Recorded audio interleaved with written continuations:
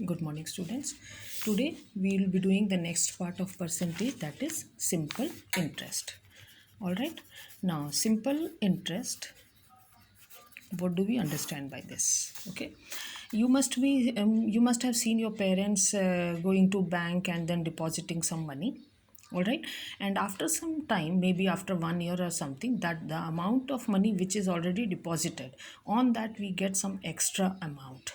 That extra amount is known as the interest. Okay. Now let's take one example. Your father has deposited rupees 1000 in the bank. Okay, he has deposited this amount in the bank.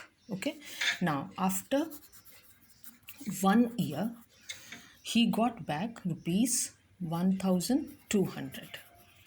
He got back rupees 1200. Okay, so how much extra money he has got?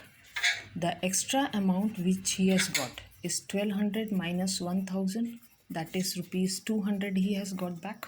Okay, now this amount which is deposited is known as the principal,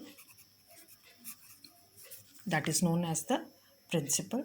Okay, that is rupees 1000, and we can also write in short as principal P. Okay, now time was how much? 1 year. Okay, now this amount 1200 which he has already got, that is which he has got back, that is known as the final amount. That is known as the final amount, that is rupees 1200. We can also write in short as A. All right, and this extra money which he has got, rupees 200, is known as the interest. Interest.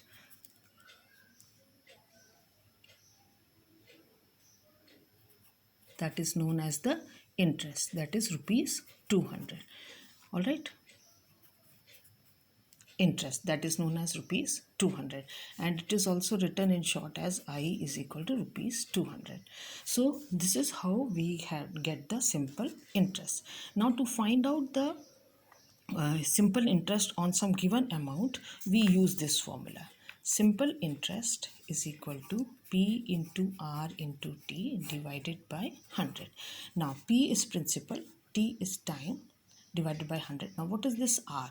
R is actually the rate percent. The rate percent, that means on which rate the amount is deposited to get the that is amount which is deposited, that is the principal, and how much we are getting after 1 year at this rate. So the rate is the percentage on which the extra money is given by the bank. Okay, so this rate is given always in percentage. It may be 5%, it may be 10%, it may be 15%. Anyways, we can have the percentage. So let's take one example. The question is given to you. If principal is rupees 800, okay, rate is 5%, time is 2 years, find interest, simple interest and amount.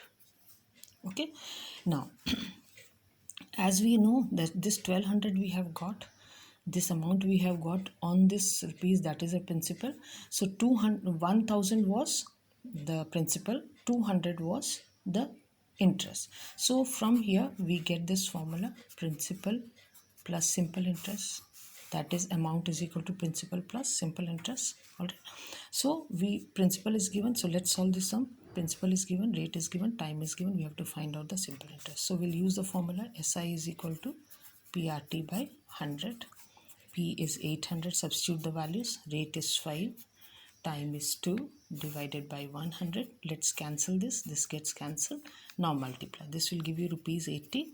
So rupees 80 is the simple interest. Okay, now we have to find out the amount. As I told you, principal plus simple interest, because we are getting this extra money on the principal.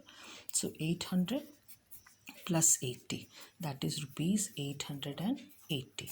This is the amount which we are getting after 2 years, at this rate of 5% on the principal, rupees 800. I think it's easy. All right, now based on these things, based on this formula, SI is equal to PRT by 100. If we know the principal, if we know the rate, we can find out the time. If we know the time, if we know the rate, we can find out the principal. So from here we can derive the formulas. Principal is equal to SI into 100 divided by R into T. Similarly, if I have to find out the rate, that's simple interest into 100 divided by P into T. Okay, if I have to find out the time, then I can derive the formula SI into 100 divided by P into R. So this is how, by using all these formulas, we can solve the sums of simple interest. Okay, please try the sums in your vacations, complete your work. Okay.